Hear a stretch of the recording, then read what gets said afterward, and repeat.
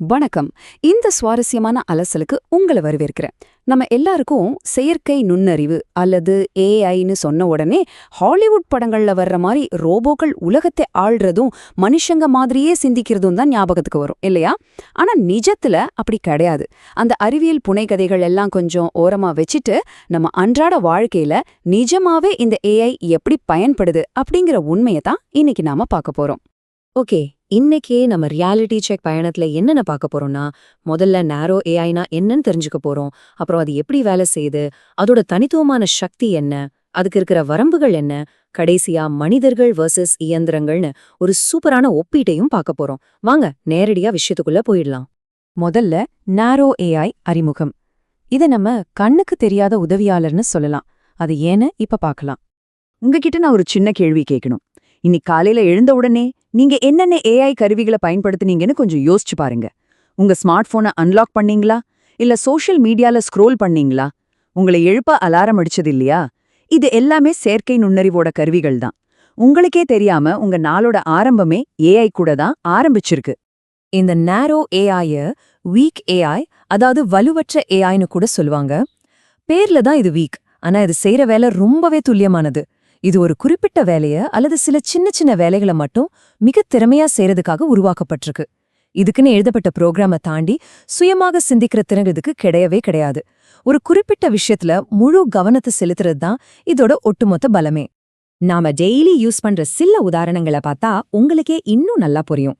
ஆப்பிளோட சிரி, Amazon Alexa மாதிரி voice அசிஸ்டன்ட்கள், நெட்ஃபிளிக்ஸ்லயும் யூடியூப்லயும் நாம என்ன பார்க்கணும்னு பரிந்துரைக்கிற சிஸ்டம், ஸ்பாட்டிஃபைல நமக்கு பிடிச்ச பாட்டை வரிசைப்படுத்துறது, ஏன் நம்ம ஸ்மார்ட் போனை திறக்க பயன்படுற ஃபேஸ் அன்லாக் டெக்னாலஜி கூட நேரோ ஏஐ தான். இன்னைக்கு உலகத்துல அதிகமா பயன்பாட்டுல இருக்கிற ஏஐ வடிவம் இதுதான். இதை இன்னும் சிம்பிளா புரிஞ்சுக்க ஒரு கால்குலேட்டரையும் ஒரு ஷெஃப்பையும், அதாவது சமையல்காரரையும் கம்பேர் பண்ணி பார்ப்போம். ஒரு கால்குலேட்டரால எவ்வளோ பெரிய கணக்கா இருந்தாலும் நொடியில விட சொல்ல முடியும். ஆனா அதுகிட்ட போய் எனக்கு ஒரு சூடா காஃபி போட்டு கொடுன்னு கேட்டா முடியுமா? கண்டிப்பா முடியாது. ஆனா ஒரு மனிதரால சமைக்க முடியும், ஒரு நல்ல கதை எழுத முடியும், அடுத்தவங்க உணர்வுகளையும் புரிஞ்சிக்க முடியும். சோ ஒரு குறிப்பிட்ட வேலையில ஒரு எந்திரம் சூப்பரா இருக்குங்கிறதுக்காக மனுஷங்க மாதிரி அதால எல்லா சூழ்நிலைக்கும் மாற முடியும்னு அர்த்தம் இல்ல. அடுத்ததா நேரோ ஏஐ எப்படி வேலை செய்யுது, திரைக்கு பின்னால் நடப்பது என்ன, இந்த மெஷின் சுயமாக சிந்திக்காமலே எப்படி இவ்ளோ துல்லியமா வேலை செய்யுதுன்னு இப்ப பார்க்கலாம்.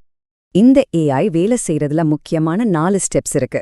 முதல்ல ரொம்ப பெரிய அளவிலான டேட்டாவை, அதாவது தரவுகளை சேகரிக்குது.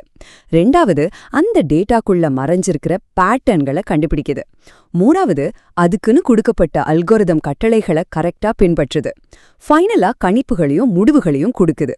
இதுல நாம புரிஞ்சுக்க வேண்டிய முக்கியமான விஷயம் என்னன்னா, இது தகவல்களை படிச்சு புரிஞ்சுக்கிறதில்ல, அதுல இருக்கிற பேட்டர்ன்களை மட்டுமே அடையாளம் காணுது. அவ்வளவுதான். இத ரொம்ப அழகா விளக்குற ஒரு நிஜ உதாரணம் தான் நம்ம இமெயில்ல இருக்கிற ஸ்பாம் ஃபில்டர்.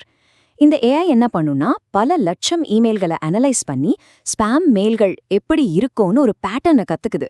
அதை வச்சு எந்த மெயில்லாம் ஸ்பாமா இருக்க வாய்ப்பு இருக்குன்னு கணிச்சு நம்ம இன்பாக்ஸை ரொம்ப சுத்தமா வச்சுக்குது. நம்ம முன்னாடி பார்த்த அந்த 4 ஸ்டெப்ஸும் இங்க கச்சிதமா வேலை செய்து பாருங்க. இப்போ நாம பார்க்க போறது தனித்துவத்தின் சக்தி. ஒரு இயந்திரத்துக்கு ஒரே ஒரு வேலை மட்டும்தான் தெரியுங்கிறது அதோட பலவீனம்னு நம்ம நினைக்கலாம். ஆனா அந்த ஒற்றை கவனம் தான் ஏஐயோட மிகப்பெரிய பலமே. ஏன் இத பலோன்னு சொல்றேன்னா, ஒரு ப்ரொஃபஷனல் நீச்சல் வீரரையும் ஒரு விமானியும் நம்ம எடுத்துப்போம். நீச்சல் வீரர் தண்ணில ரொம்ப வேகமா நீந்துறதுல கில்லி. ஆனா அவரை கூட்டிட்டு போய் ஒரு ஏரோப்ளேனை ஓட்ட சொன்னா முடியுமா? வாய்ப்பே இல்ல.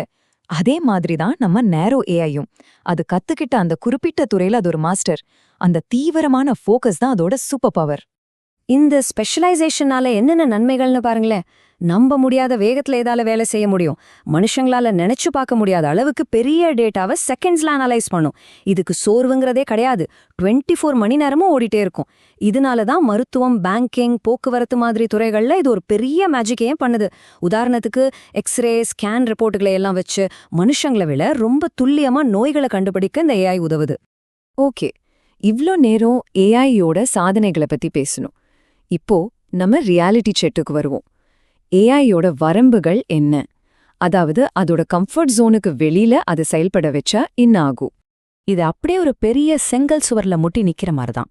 ஏன்னா நேரோ ஏஐயால் முடியாத விஷயங்கள் நிறைய இருக்கு. அதுக்கு சுயமாக சிந்திக்கிற திறன் இல்ல. நம்ம உணர்வுகளை அதால புரிஞ்சுக்க முடியாது. ரொம்ப முக்கியமா காமன் சென்ஸ் அப்படிங்கிற பொது அறிவை அதால யூஸ் பண்ணவே முடியாது.